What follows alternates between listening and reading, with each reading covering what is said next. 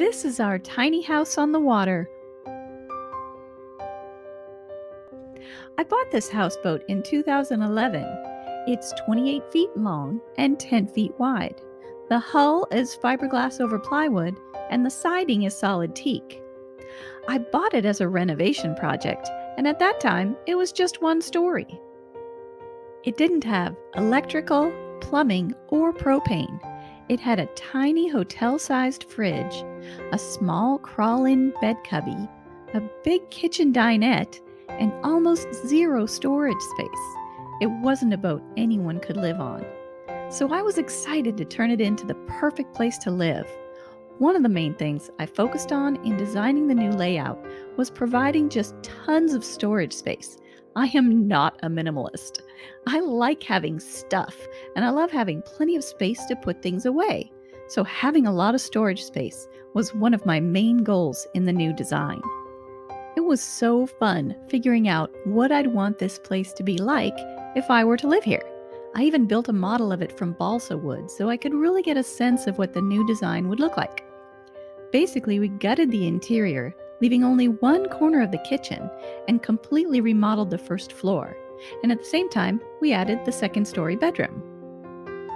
I never would have taken on this project if I didn't have friends who are boat builders. Our friends Alex and Jack Wilkin did an incredible job of renovating this houseboat. Our daughter lived on the boat for almost 4 years, starting in her sophomore year at the University of Washington. She loved it, but eventually she wanted to get a dog, and pets aren't allowed on the dock, and she wanted to live in the city where she could walk to everything. So she moved out last month. This is a house barge, meaning it doesn't have an engine or steering, and it's meant to be moored in one place. This number is the permit number we were granted by the City of Seattle. That means it's officially a floating on water residence. The City of Seattle decided several years ago that they wouldn't allow any new houseboats in the city limits, so we were lucky to be granted this, which gives us permission to live on the water. The boat uses city water connected here. It's important to use all biodegradable soaps in the sinks, shower, and laundry because the gray water goes into the canal. The black water from the toilet goes into a 100-gallon holding tank in the hull, which a service comes and empties once a month. That costs $40 a month. The boat is connected to two 30-amp service boxes, which is plenty of power for everything you need to live. You can't run everything at once, or it could blow a breaker. So for instance, you wouldn't want to run the clothes dryer and the vacuum at the same time. That sort of thing.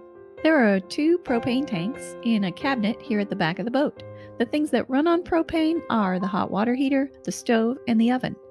One tank will last between 2 to 4 weeks depending on how much you cook and how much hot water you use, and it costs about $18 to fill one of the tanks.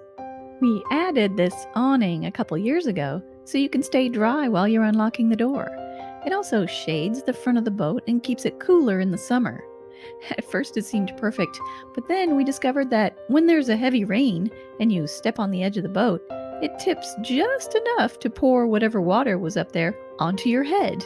So I found a nice gutter at Home Depot, cut it to fit, and then installed it up there. Now all the water is diverted right off the front.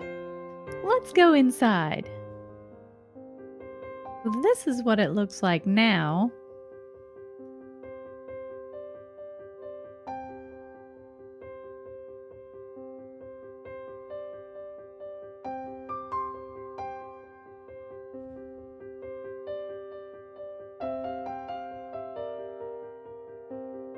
And this is what it looked like when our daughter lived here.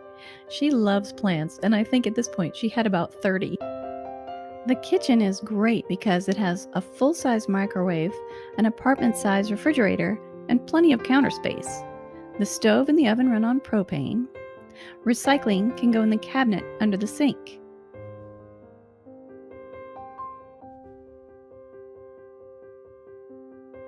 This is a pull-out garbage bin. And on the side of the fridge is a handy place to keep knives out of the way. The drawers in the kitchen cabinet are extra long for tons of storage space. This is a washer-dryer combo, and it works great. It's quite the luxury to be able to do laundry on a boat. The ceiling in the salon is 7.5 feet high, which makes it feel open and roomy. All the windows make this space bright and breezy. There are screens on all the windows, and we have curtains for every window, including blackout curtains in the bedroom upstairs.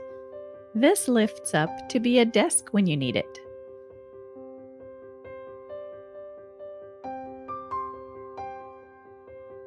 Our daughter had a futon couch here that folded down to a single bed for guests.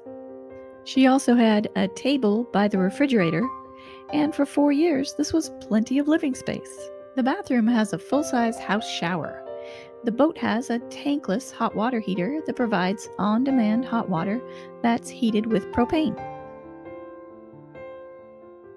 This is a macerating toilet, so it's important to put only marine toilet paper in it and nothing else. We needed a tiny sink, so we had this one custom made.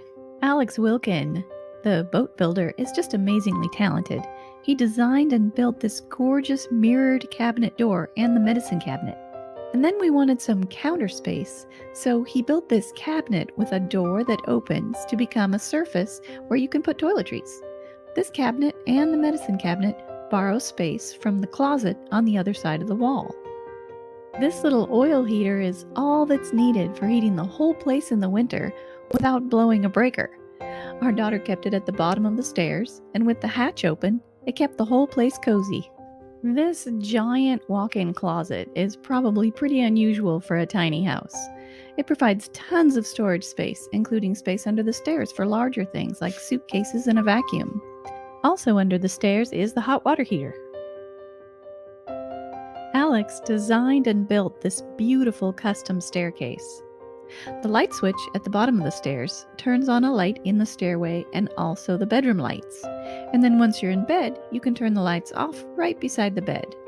These lights have a dimmer, and so do the lights in the salon. Because the ceiling on the first floor is so high, Alex was able to lower the original ceiling in this back part of the boat to make a lower floor upstairs.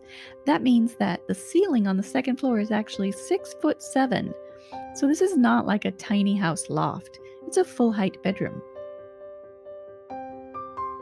Closing this hatch creates floor space in the bedroom, so you have space to get dressed and also space to stand when you need to access these drawers. The beautiful flooring up here is teak and holly. The bed frame is 60 by 80, a standard queen size.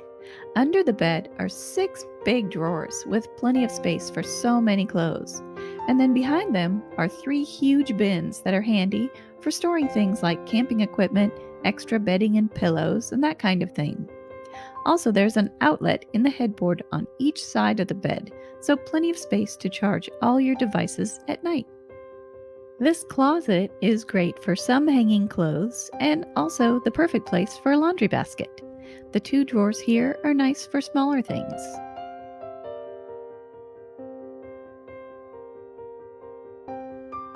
This folding step and handle at the end of the bed make it easy for a second person to climb up and down without climbing over the other person in bed. And finally, outside is the upper deck, which really increases the living space.